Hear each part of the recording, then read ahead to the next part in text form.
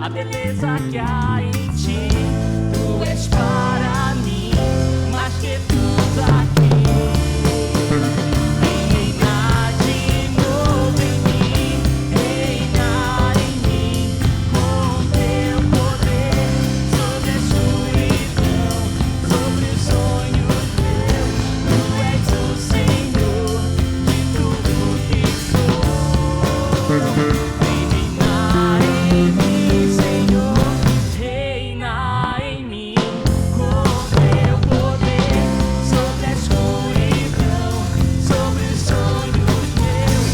Tu és o Senhor de tudo que sou. Reina em mim, Senhor, reina em mim, Senhor, reina em mim, Senhor.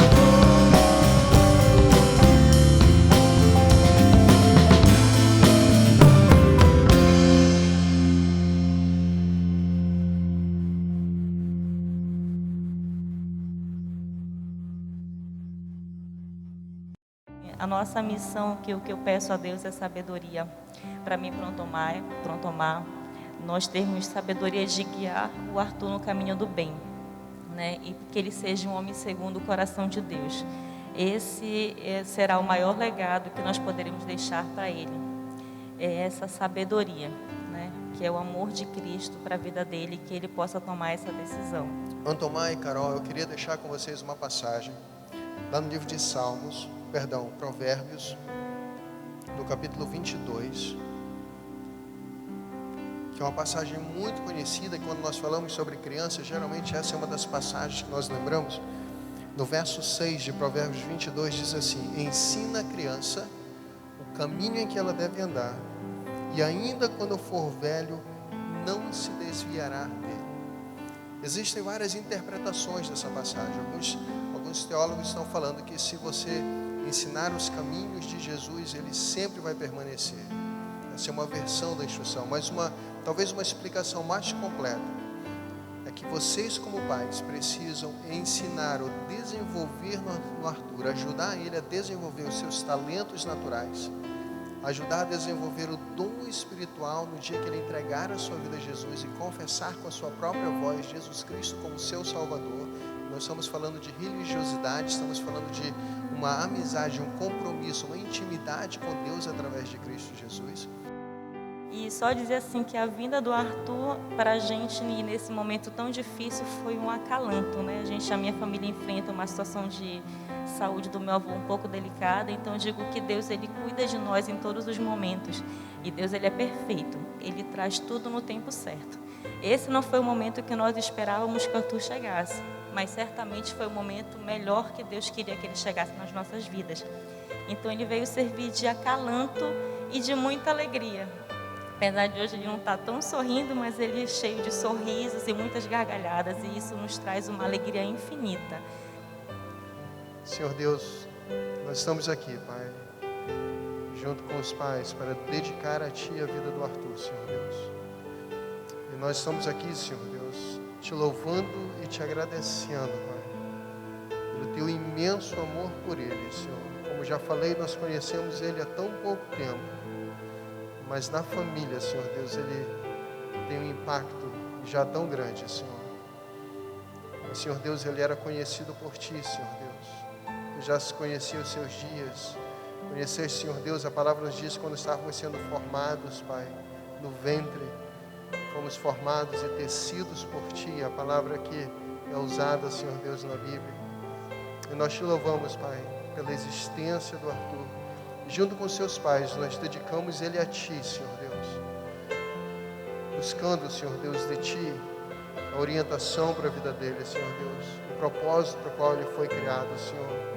E que Carol e Antemar, Senhor Deus, possam confiar em Ti nos momentos difíceis, que eles possam depender de Ti, Senhor Deus, nas situações talvez complicadas, mas acima de tudo, Senhor Deus, que eles possam, Senhor, sempre depositar sua confiança e esperança, Senhor Deus, no Teu agir, no Teu propósito, no Teu poder e, acima de tudo, no Teu amor pela vida do Arthur, Senhor. E só dizer, meu filho, daqui a uns anos, quando você estiver assistindo isso, que mamãe e papai te amam infinitamente. Que Deus te abençoe sempre, meu filho.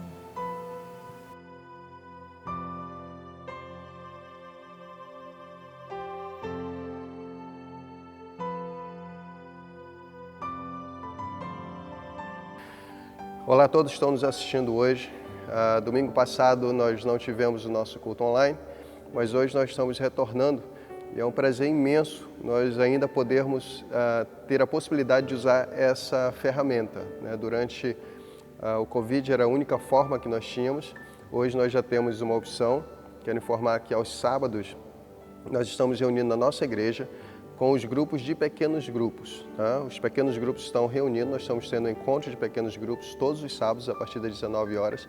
Então, se você está em um pequeno grupo, se você está procurando um pequeno grupo para participar aqui na igreja, aos sábados a partir das 19 horas você pode vir, nós vamos ajudar você a engajar ou encontrar um pequeno grupo que irá funcionar para você em termos de horário, de afinidade de vida, né? Mais adultos, mais jovens. Mas venha, mas nós estamos então quase que num modelo híbrido. Aos domingos nós temos o nosso culto online e estamos tendo também o privilégio de fazer algumas apresentações dos nossos bebês, né, que nasceram aí durante a pandemia. E estamos agora na nossa programação online, nós estaremos incluindo as apresentações que foram feitas, fizemos somente para as famílias, até por segurança para as crianças. E tem sido muito gostoso nós podermos experimentar esse processo de retorno para a nossa igreja, para o templo, né? Mas a igreja de forma coletiva, adorando ao Senhor, estudando junto, aprendendo junto e compartilhando um pouquinho daquilo que Deus tem feito e das necessidades para nós intercedermos e orarmos uns pelos outros. Hoje eu queria compartilhar uma passagem que se encontra lá no livro de 1 João, capítulo 2, do verso 15 ao verso 17.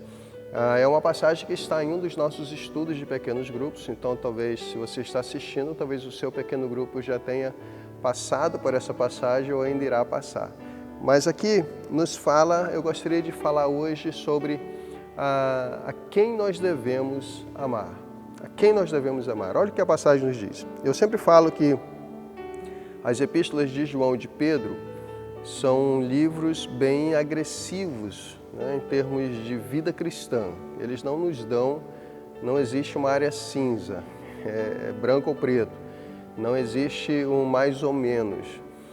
João ele é muito sólido, ele é muito forte na questão da necessidade do nosso compromisso com Deus e do abandono do mundo e das coisas do mundo. E essa passagem trata disso. Então, 1 João, capítulo 2, verso 15, nos diz o seguinte: não ameis o mundo, nem as coisas que há no mundo. Se alguém amar o mundo, o amor do Pai não está nele. Então, já podemos ver aqui que João é bem direto quanto a isso, né? Se alguém amar o mundo, o amor do Pai não está nele. Verso 16, porque tudo que há no mundo, a concupiscência, ou seja, a cobiça da carne, a cobiça dos olhos e a soberba da vida, algumas traduções dizem o orgulho da vida, não procede do Pai, mas procede do mundo. Ora, o mundo passa, bem como a sua concupiscência, ou seja, com as suas cobiças, né? Aquele, porém, que faz a vontade de Deus, permanece eternamente. Aquele que faz a vontade de Deus, permanece eternamente. Então nós vamos falar um pouquinho sobre essas três coisas, essas três cobiças que nós encontramos aqui, essas três coisas que João destaca em contraste à vida cristã. Primeiro ele fala sobre a cobiça da carne, né? Então a cobiça da carne vai muito mais além do que falar simplesmente do corpo. Aqui está falando de uma natureza pecaminosa que você e eu temos pela presença do pecado na nossa vida. Então é uma forma contrário ao que Deus tem para nós, de nós entendermos o mundo, de nós vermos o mundo e também de nós buscarmos satisfazer as necessidades naturais da carne, fora ou além dos limites que Deus estabeleceu. Talvez o exemplo mais prático que nós temos é a questão da sexualidade, do sexo. né? A Bíblia diz que o satisfazer do sexo foi criado por Deus é dentro do contexto do casamento, mas não é o que acontece. Então a carne, ela busca satisfazer os seus desejos. Não somente isso, nós vamos ver algumas outras coisas aqui também, mas a carne, ela tenta nos direcionar para nós satisfazermos essa natureza pecaminosa, satisfazendo as nossas necessidades, físicas principalmente, e emocionais, de forma contrária ao que Deus tem para nós, ou fora dos limites estabelecidos por Deus. E João está dizendo aqui que essa cobiça da carne, essa natureza pecaminosa que nós temos, quando nós cedemos a ela, nós estamos, da forma como ele descreve, nós estamos amando o mundo e rejeitando a Deus. A segunda coisa que ele fala é sobre a cobiça dos olhos, né? Cobiça dos olhos. É interessante que os olhos, aquilo que nós vemos, nos traz, alimenta a nossa mente, traz prazer para a mente, não é? Nós às vezes alimentamos e vemos coisas e começamos, pelo que nós vemos, nós começamos a alimentar alguns pensamentos e começamos a permitir que alguns pensamentos venham e façam morada na nossa mente. E nós começamos então a elaborar esses pensamentos, nós começamos a planejar para esses pensamentos para satisfazer essa natureza pecaminosa. Então nós precisamos ter cuidado com a nossa vista, com aquilo que nós vemos, com aquilo que nós buscamos alimentar os nossos pensamentos através daquilo que nós estamos vendo, né? E o desejar coisas que estão além daquilo que Deus tem para nós. Então nós podemos usar como ilustração, né, o desejo de prosperar que todos nós temos, de ter uma vida melhor, de ter um pouco mais de conforto, até mesmo de poder contribuir mais com a obra de Deus. Mas aí nós usamos essa cobiça para satisfazer essa necessidade ou esse desejo de formas que não agradam a Deus, né? De formas ilegais, ou nós fazemos de formas que não são legais, no sentido de usar a desonestidade para satisfazermos algumas cobiças que nós tivemos através dos olhos. E como os nossos olhos são afetados nos dias de hoje, né? Nós temos essa ferramentazinha que nos acompanha, só um momento.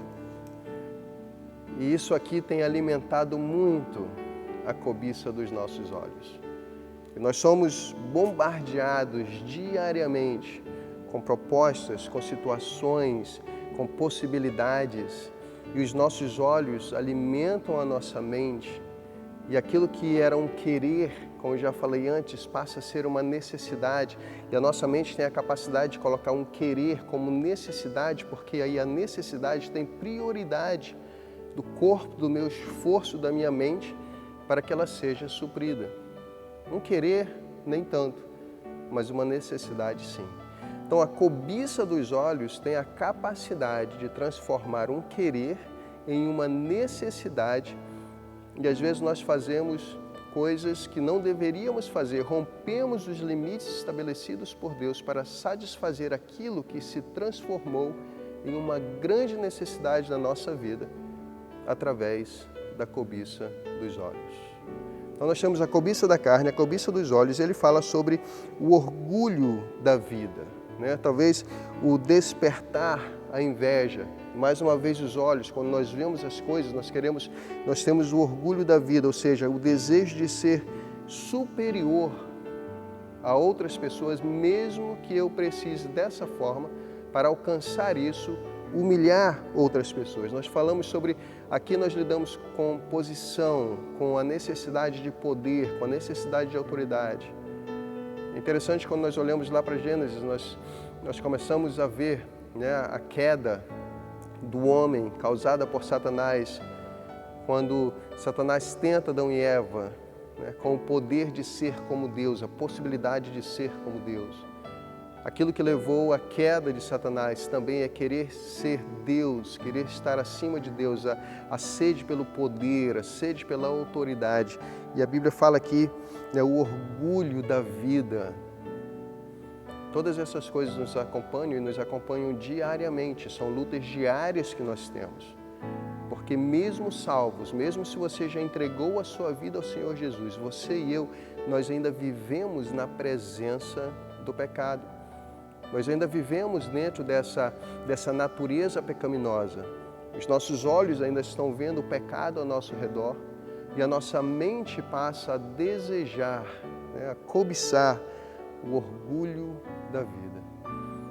Agora, João, ele nos diz que todas essas coisas são passageiras. Todas essas coisas são passageiras. Ele está dizendo assim, você e eu, nós precisamos investir naquilo que é eterno. Naquilo que vai beneficiar a eternidade, não só a minha eternidade, mas a eternidade das pessoas que estão ao meu redor. Algo interessante também sobre essa passagem que eu queria destacar aqui, é que ele não diz, não é uma oportunidade, não é uma escolha que eu tenho. João deixa bem claro, se eu amo essas coisas, eu não amo a Deus. Lá no livro de Mateus, capítulo 6, verso 24, quando fala que ninguém pode servir a dois senhores, João está se referindo a exatamente isso. Nós não podemos servir ao mundo e nós não podemos servir a Deus. Aqui não está falando de uma escolha moral, se eu vou servir a um ou se eu vou servir a dois. O que João está dizendo, e que nós encontramos lá na passagem de Mateus também, é que isso é uma impossibilidade. Se você está servindo o mundo, se você está abraçando e buscando satisfazer a cobiça da carne, a cobiça dos olhos, o orgulho da vida, se você está alimentando isso e vivendo para isso, o seu serviço a Deus, mesmo que você sirva, não é aceito por Deus. Servir ao mundo e servir a Deus é uma impossibilidade. Não existe essa escolha. Isso é uma impossibilidade. E João está nos dando um alerta que nós não podemos fazer as duas coisas. E ele nos orienta, ele diz lá no verso 17, ora, o mundo passa, bem como os seus desejos, a sua concupiscência, quase não sai a palavra aqui. Aquele, porém, que faz a vontade de Deus, permanece eternamente. Aquele que faz a vontade de Deus permanece eternamente. Que nós, como igreja, como servos do Senhor que somos, que nós possamos escolher buscar aquilo que permanece eternamente. Nós vivemos no mundo, vivemos ainda na presença do pecado, e se você está nos assistindo hoje, se você ainda não teve esse encontro com o Senhor Jesus Cristo, mas você tem o desejo de servir a Deus, eu quero dizer que o sangue que foi derramado por você na cruz do Calvário purifica, perdoa você de todos os seus pecados e capacita você a servir a Deus e viver de uma forma que a sua vida terá um impacto eterno. Que essa seja a sua escolha hoje. Vamos orar? Senhor, muito obrigado, Pai, pelo teu imenso amor por cada um de nós. Obrigado, Senhor, pelo sangue derramado na cruz do Calvário por nós e a possibilidade que essa salvação, que esse perdão que temos através desse sangue nos proporciona para que possamos rejeitar, Senhor Deus, a cobiça da carne, a cobiça dos olhos, esse orgulho da vida e possamos, Senhor Deus, viver servindo a Ti e servindo coisas que serão eternas, Pai. Nos perdoa, Senhor, quando nos afastamos, quando buscamos, Senhor Deus, satisfazer as nossas necessidades, contrário às maneiras, Pai, que Tu tens estabelecido, mas que possamos, Senhor Deus, a cada dia, não só experimentar o Teu perdão, mas crescer e amadurecer na fé através de um relacionamento contigo, Senhor. Abençoa, Pai, cada pessoa hoje que está assistindo isso, talvez nos dias que virão, talvez nos anos pela frente, mas que todos nós possamos, Senhor Deus, fazer aquilo que João está nos orientando. Rejeitar o mundo e Te amar, Senhor Deus, com tudo que temos e tudo que somos, Pai. E a Ti, Senhor Deus, hoje, para todo sempre, toda honra e toda glória, em nome do Senhor Jesus. Amém, Senhor. Amém, Pai. Que Deus a todos abençoe. Nós ainda vamos ter um momento de música, de adoração ao Senhor através da música. Que você tenha uma semana abençoada no Senhor e esteja atento às orientações que nós vamos dar quanto ao nosso retorno.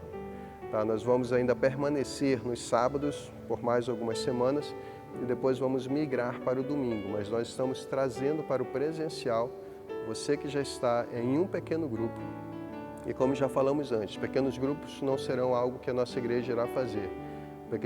Os pequenos grupos serão a identidade da nossa igreja. Então, se você quer fazer parte desse ministério, participar conosco, aqui ter um local onde você vai aprender, amadurecer e a possibilidade de servir, nós queremos convidar e desafiar você a procurar um pequeno grupo ou nos procurar para nós ajudarmos você a encontrar um grupo de pessoas onde você vai poder ser discipulado e capacitado para discipular outros. Que Deus abençoe você, tenha uma semana abençoada.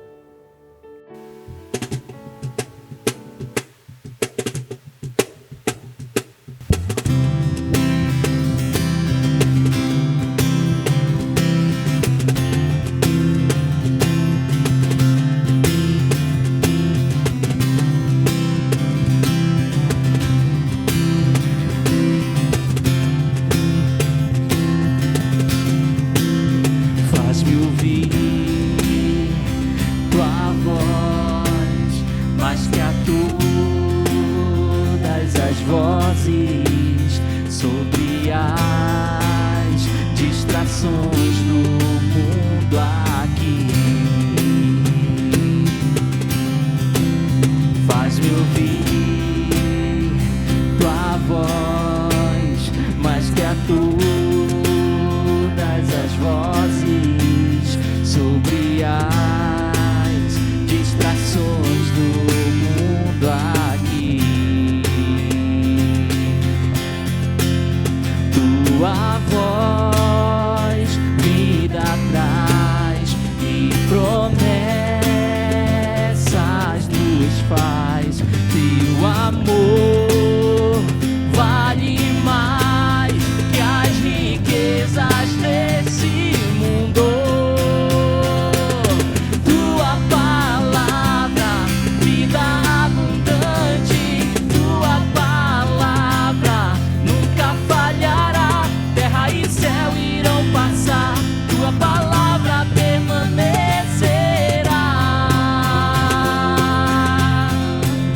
Vem usar nossa voz com a tua palavra, pra que o mundo receba o teu amor.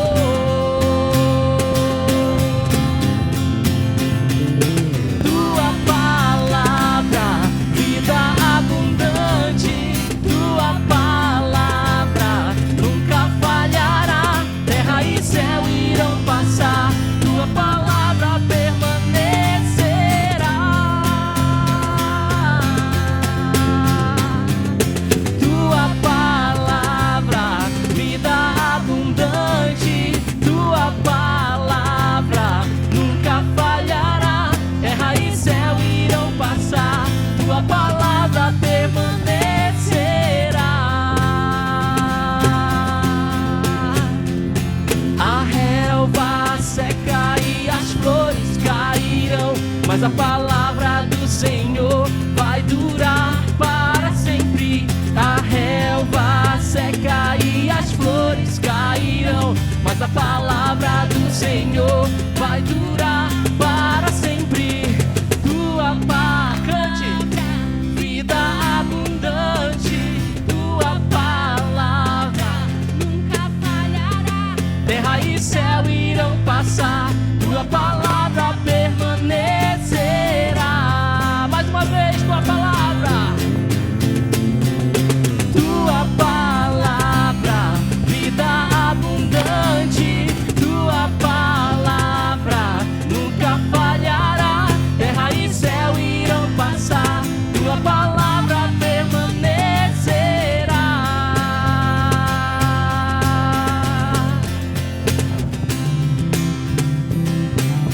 Muito boa noite a todos.